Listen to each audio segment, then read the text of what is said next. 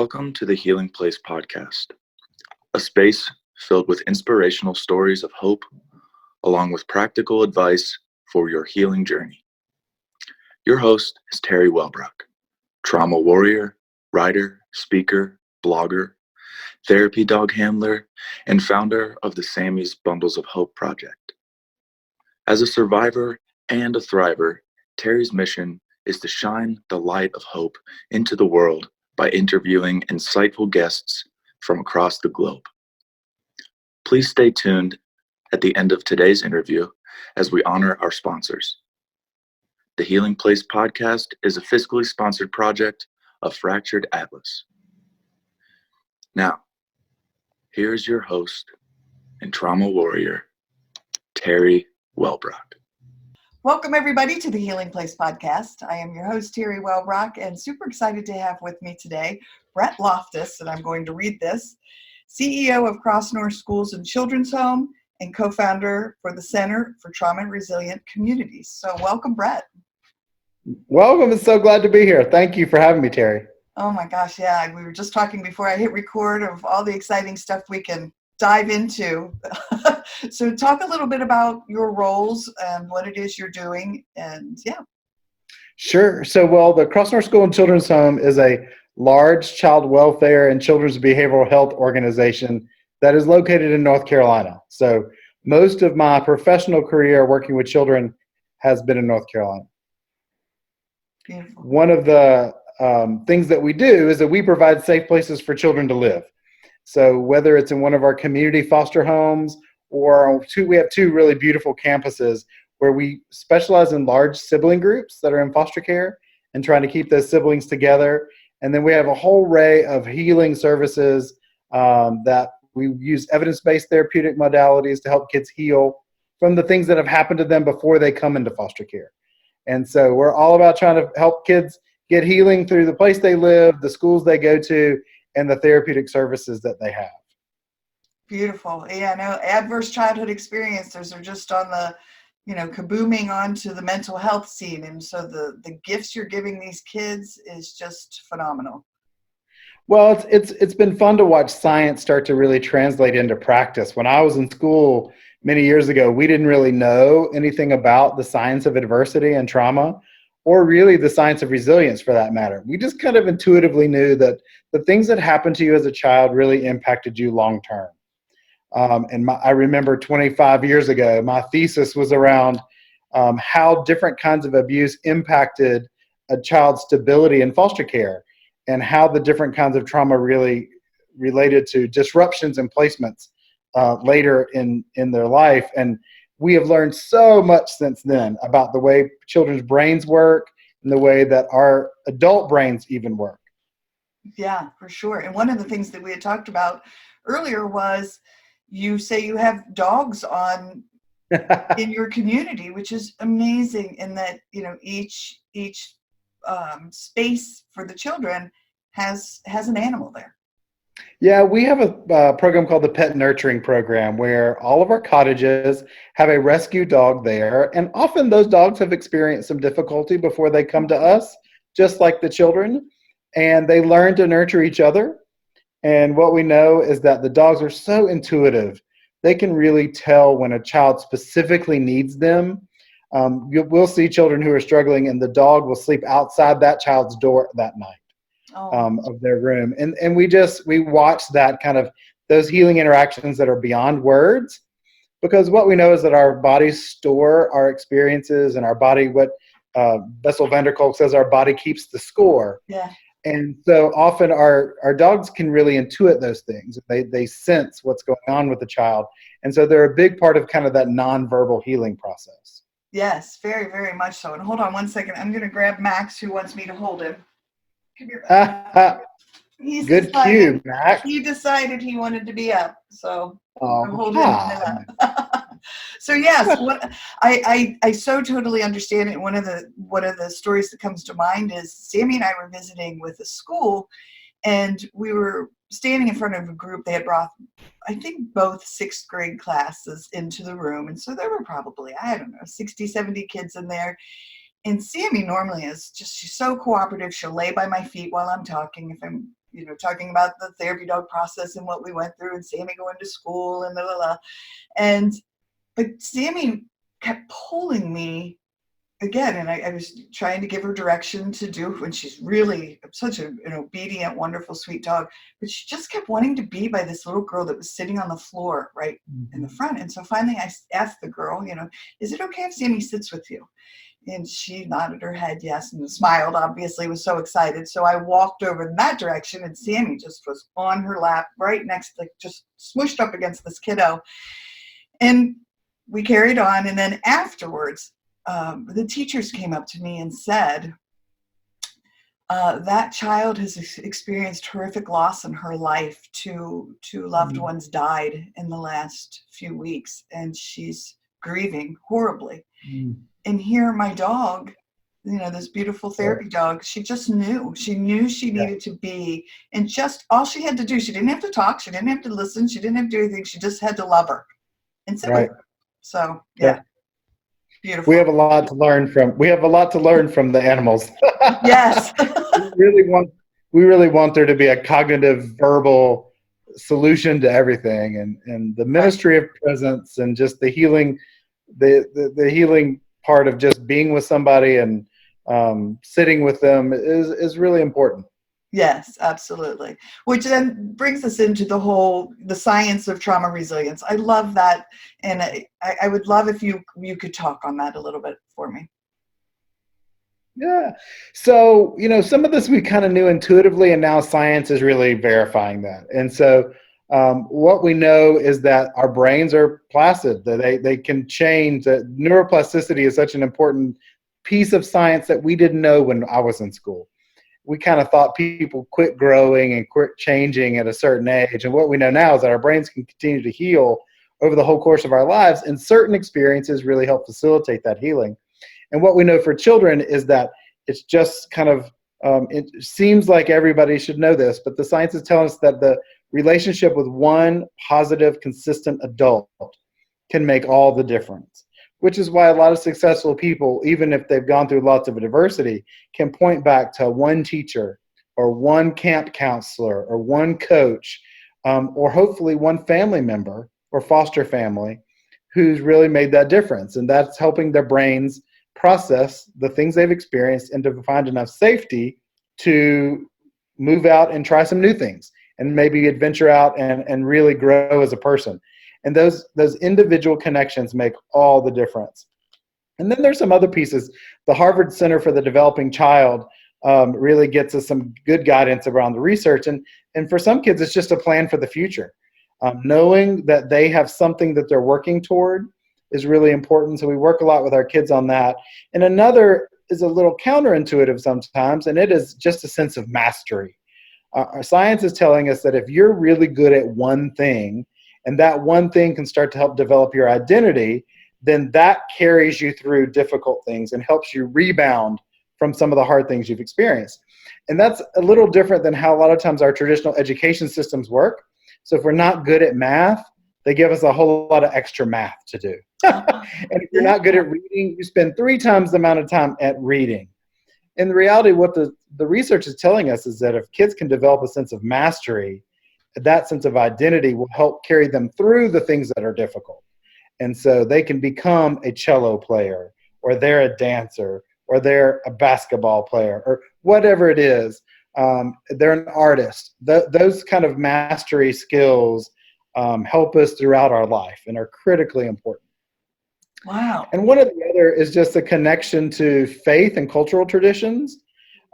Certainly makes sense, but now the science is also confirming that when a child kind of knows where they are in sense of with the greater world, that they are not a mistake, that they're really, there's some intention behind who they are as a person, and that they feel connected to something bigger than them. So it's not really specifically what that is, but they feel connected. And that could be to their culture, to their cultural practices, or it could be to a sense of faith on kind of where they fit in the universe. Those things carry us through some of the most difficult times in life. And, as adults, we can kind of identify with that. Beautiful. And you taught me a lot through there, because I was unaware. I had not yet heard of that, of the mastery piece of it. And that is just makes absolute sense. Yeah. And what we used to think is that for every risk factor a child had, we had to balance that out with a protective factor. And that is true. We want to outweigh protective factors with risk factors. But what we know now is that some of those more healing centered relationships and experiences start to move the fulcrum. So you're not doing a 1-for-1 on that balancing. You start to move the fulcrum, and that those really make what strengths and protective factors you have that much more impactful. And so when we work with a kid, we're immediately asking, who's this child connected to? How secure is that connection? And how do we foster that connection? And it could be with a maintenance worker or a cafeteria person. It could be with the people that work with our horses here on campus. And how do you really further that? And then what does the child identify as something they are good at? I have 3 boys, and all 3 of them are very different and good at different things. And we talk about the different kinds of intelligence and the different kinds of skills that people are born with. And they can really identify the things that they're strong with, what's strong in them. And we really need that for all kids, especially kids who've experienced trauma. Yeah, that's an amazing. And I love the point that you brought up about making sure that even if you have a high ACE score, which is adverse childhood experience for listeners who aren't aware, there's a score or assessment you can take to determine based on 10 questions, which obviously there's more beyond those 10, like bullying and racism and so forth. But there's also the resilience point of it and the resilience score. I remember talking to people when I would tell them my story, and I have a high ACEs score, and they would say, oh my gosh, Teri, how did you survive all that? And for years I was like, I don't know. I don't know how I did it. But then once I started to understand the resilience factor, I said, oh my gosh, my grandma Kitty and my soccer coach and my best friend's mom. And so I had these people, in place that just provided a sense of worthiness, a sense of value in me. So, It's amazing. And people think that sometimes it takes years and years and years to build those connections. And the reality is that what we know is that there are often adults who can pinpoint back to one teacher or one coach or one camp counselor who did something during a short period of time in their life. And that person really, their intervention made such a huge lifelong difference. And the adults don't always know. They don't always know the outcome. And that's a cool thing, is that when we have the opportunity to sit and look at a child in the eyes and tell them how important that they are and how they are not a mistake, no matter what they feel like, and how meaningful their life is, they can really build on that and grow and do things that maybe otherwise they wouldn't have been able to do. Yeah, absolutely. And it is so true. I remember having a 2nd grade teacher that didn't do very much, but she would invite me over, and I would walk a couple streets over and sit on her front porch with her. And I don't even remember what we would talk about, but I knew I would just sit with her. And she gave me a little tiny ceramic heart one time, and it just was a little like Holly Hobby something. Oh my gosh, I treasured that forever. And then my dad threw something one time, and not that I should laugh at that, but it broke. And I remember super gluing this back together, but now it represents so much to me, and it's such a treasure. This broken ceramic heart that was given to me by this 2nd grade teacher that my dad broke in a moment of violence and anger, but he eventually healed.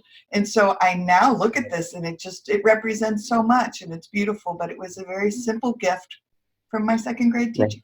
So, well, in the time she spent, you have to be important if somebody's going to take time to spend with you and to let you sit with them. And we as adults forget that sometimes, that how important it is for us to really value that time with young people. And often it's not our words that matter. It is our choice to make ourselves present. Yeah. Hi, everyone. Just wanted to take a minute to thank the donors, the sponsors of the Healing Place podcast through Fractured Atlas. The Healing Place podcast has been approved by the board of directors as a fiscally sponsored project of Fractured Atlas, and would like to thank Phoenix Fund of Blue Mountain Community Foundation for their generous donation at the Trauma Warrior level, and then also at the Friend level, Michelle Reaney. So again, thank you. If you would like to be a sponsor of the show and donate to support this program, please go to my website, TeriWellbrock.com, and on the top of any page you'll find the Donate Now at Fractured Atlas icon. Thanks so much. Now back to the show. So talk to us a little bit about just the foster care system in general, and it's just the numbers are overwhelming. Yep. And what can people do to help? What can people? I know many feel frustrated by what do I do? Yeah. Well, that's certainly a question I've asked myself a lot. I started my career in child advocacy as a volunteer guardian ad litem. I was barely outside of childhood myself and decided I wanted to give back to kids. And so became a guardian ad litem, and of course didn't know much about the system, and met my first clients and just saw the experiences that they had and knew my job was to go to court and speak on their behalf and to say what was best for them, which seemed like a simple thing at the time. And then I saw how the court system works and realized that the voice of a child is one of the last things that's considered. There's a lot of people and a lot of adults, and the adults have lawyers and a lot of conversations about rights and those things, but not a lot of conversation about what kids need. And so I made it my mission at that point to just become a better advocate. That eventually led me to law school to be a professional child advocate and work as a lawyer representing children. And then I ran a large children's law office that did all the legal representation for children in Charlotte, North Carolina. And just over the years got to see the power of advocacy and somebody's voice. And that's the thing that kids in foster care say often, is that no one listened to me. They told me about what happened to me, and they told me about why I was dangerous, and they told me about what I needed, but no one really ever listened to me. And now we know a lot more about helping to ask children what's happening to you and what's happened to you. Right. So that they can understand how important their voice is in determining their future. And so that voice is just one way that we provide agency or a sense of power to young people who've been real disempowered and have lost a lot. Because still our system is pretty broken. Child experiences neglect and abuse or sexual abuse, and those perpetrators or those parents and caregivers often don't go to jail. They don't even leave their home. They stay put. The child is the one that gets moved. And the child goes to often a temporary foster home or even a shelter, and then to another foster home. And on average, our kids are having 4 or 5, some 10, 20 moves before they leave the foster care system. Well, pretty quickly, a kid determines that they're the common denominator in all these moves. So it must be their fault. And as many times as adults will say, well, it's not your fault, you didn't do anything. The reality is the way our system is built, it reinforces the idea to kids that it's their fault somehow. And so it's critically important that we really build a different kind of child welfare system that first keeps kids in their home as much as possible and supports that family. And when you're not able to do that, that children have one placement, they stay with their siblings, they get the mental health care and the healing support they need in that placement. They get to stay in their school as long as possible. So that they can provide some of that stability and they can have as few losses as possible, because foster care is just filled with losses and really exacerbating trauma. Right. Well, and I think you had talked about siblings are kept together at Crossnore, yes? Yeah. When you survey children who've exited out of the foster care system at 18, the number one frustration and hurt that they mention is losing their siblings. Oh. And for all of us, as our parents age and pass away, our siblings are our family for life. You may go through a divorce or a separation, but your siblings are still there. And when you lose your siblings in foster care, you've lost one of the only connections and relationships that you were intended to have for your whole life. And so keeping siblings together is not only their federal right, it's not only protected in law, it should be just best science and best practice. And unfortunately, it doesn't happen often enough. So a lot of what we do in our agency is have large cottages that sibling groups can stay together. So even a group of 7, 8, 9 siblings can still live together in foster care. Beautiful.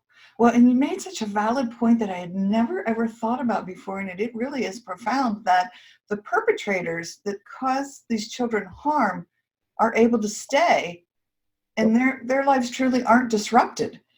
And it's the children's lives. So if you're working towards keeping a child in the home, is it a mandatory then sentence that's given to the perpetrator for mental health counseling? That's not the way it works right now. The system right now is really weighted towards the rights of parents. And while that's an important thing, it really is important to protect family integrity and the rights of parents. It's done to the exclusion of what's right for children and their right to be able to stay in their own school, to be able to keep their pet, to be able to keep their toys, to be able to have the place that they know, which is often why family members, if there are family members that are suitable, are really the first choice for a child to go live. And that's obviously usually best. But what we know now, especially with generational addiction, poverty, and abuse, is that a lot of the extended family members are not in much better situations. And so for the 500,000 or so kids in the country that are removed, and it's not safe to live at home, we've got to do a better job about building stability and support in those foster care systems. Right. Yeah. Which is what your work is. And now you also travel and educate others on the philosophies of what you're doing at Crossnore? It's really more about how to build an organizational structure that is trauma responsive and built around resilience. And that's something that they don't really teach in school, and they certainly don't teach with most of our human services agencies do not have a good trauma responsive model, nor do they have a good focus on how to build resilience. They're very much deficit based. And unfortunately, a lot of our systems further traumatize the children who've already experienced such significant loss. And so the Center for Trauma Resilient Communities is about that. It's about how to build a trauma responsive culture and how to make resilience the base of everything that we do. Because as a person, what gets me through hard times is not all the hard things I've experienced. It's the things about me that are strong, the resilience factors in me. Well, organizations are the same way. And how do we reinforce the resilience of an organization and to help it understand how to not be hurt in the process of healing? One thing I'm very passionate about, and I started my career as a young child advocate. I'm really spending a lot of time in mental health hospitals with young children. I'm working with severely physically and sexually abused children. And nothing in my training prepared me for its impact on my spirit and my body. And that secondary trauma, what we call vicarious trauma, really did damage to me.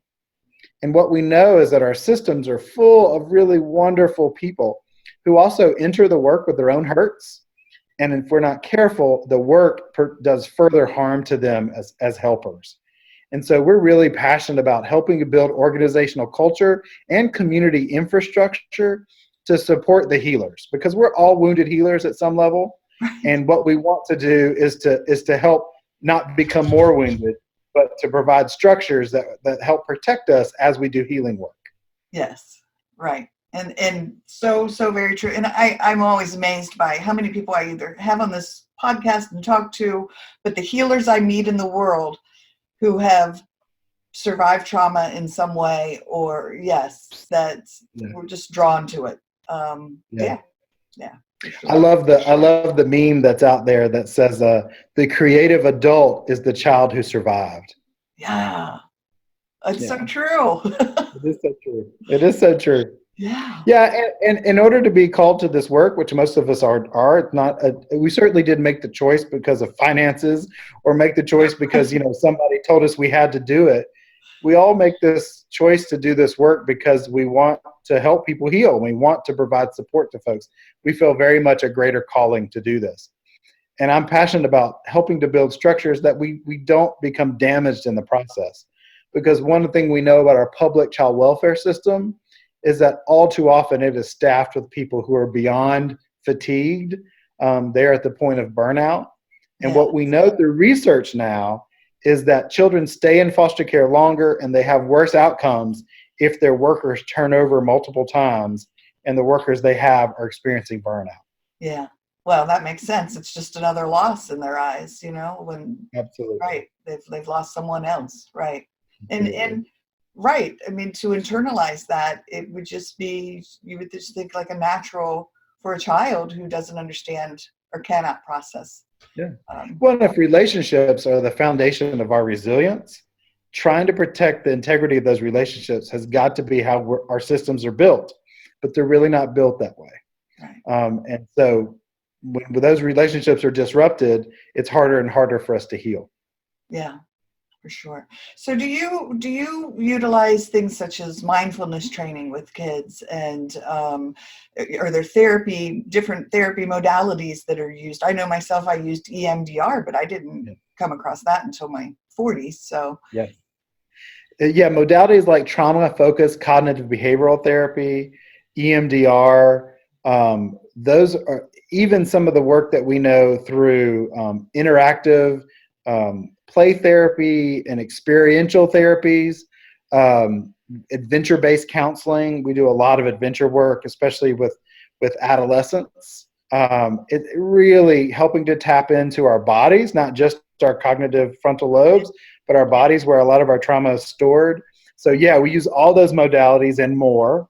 And we're really interested in mindfulness, not only for children, but also for the practitioners. What we know is that we are built to respond to those people around us.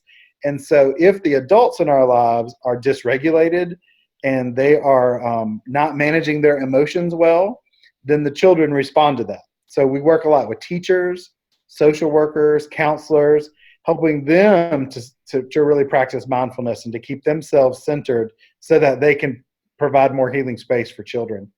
Children get it really quickly. Yeah. They understand yoga. They understand meditation.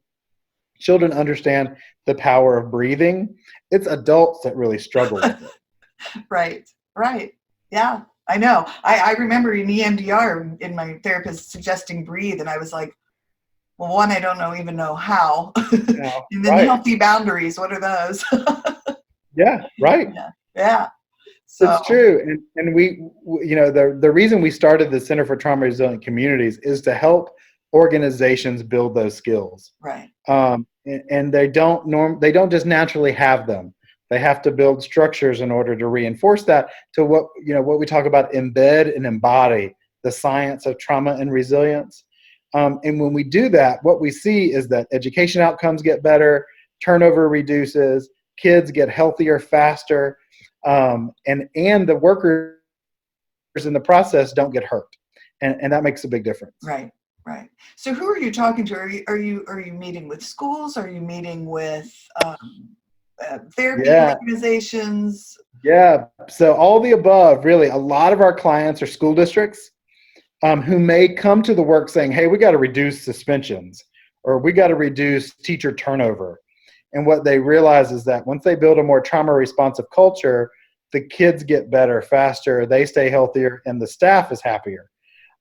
So child welfare organizations, mental health organizations, domestic violence shelters, all those places where you get exposed to trauma on a regular basis. Think of our first responders, making sure that they have adequate training to help them deal with the things they experience. Because once you know about trauma and resilience, it's not massive tectonic shifts that have to be made. Sometimes it's the little things. And those really are create healing environments, and the outcomes for kids is just phenomenally better. Yeah.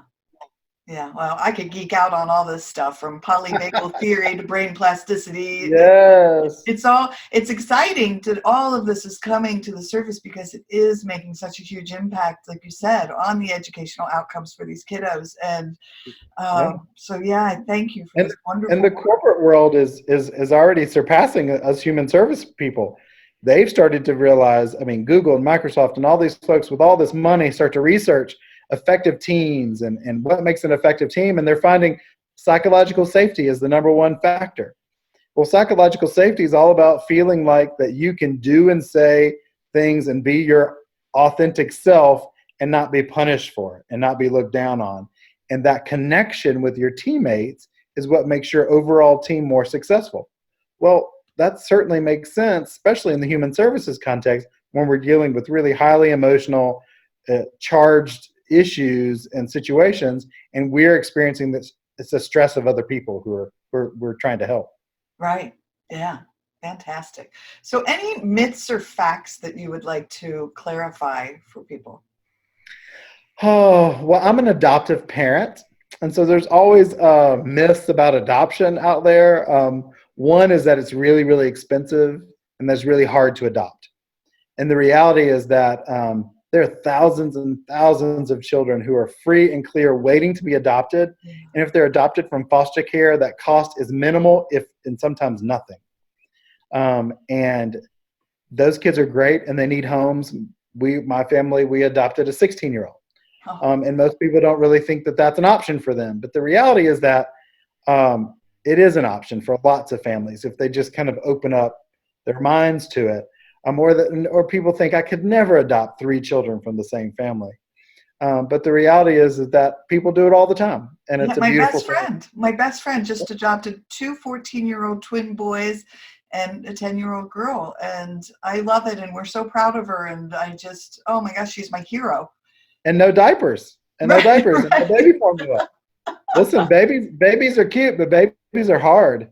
Yeah. And there are a line of people waiting to adopt babies. And the reality is that we have a lot of other kids that need to be adopted and are wonderful, great young humans, and they need the opportunity to be able to grow. Yes, absolutely. So that's a myth for sure. And the other is that there's a lot of myths around about self-care right now. Self-care has become one of those things that you add to your list of things to do that you didn't get to, so now you feel guilty about. And so self-care is it shouldn't be weaponized. Self-care should be a way of living. And we should be expecting everyone, no matter their profession, to plan for how they take care of their most important instrument, which is themselves.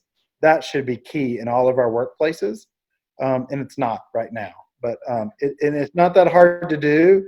It will increase productivity. It will reduce turnover.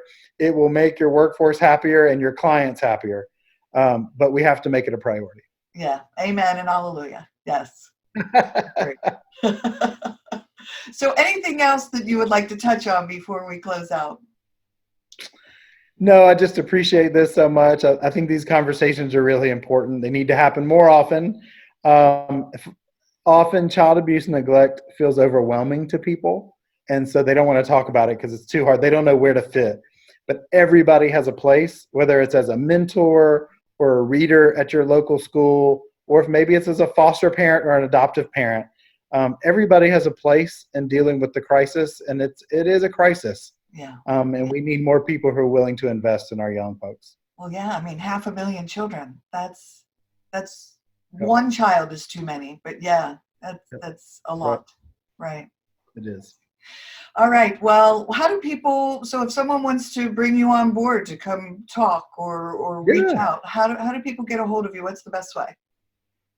So the best is to go to our main website at crossnore.org.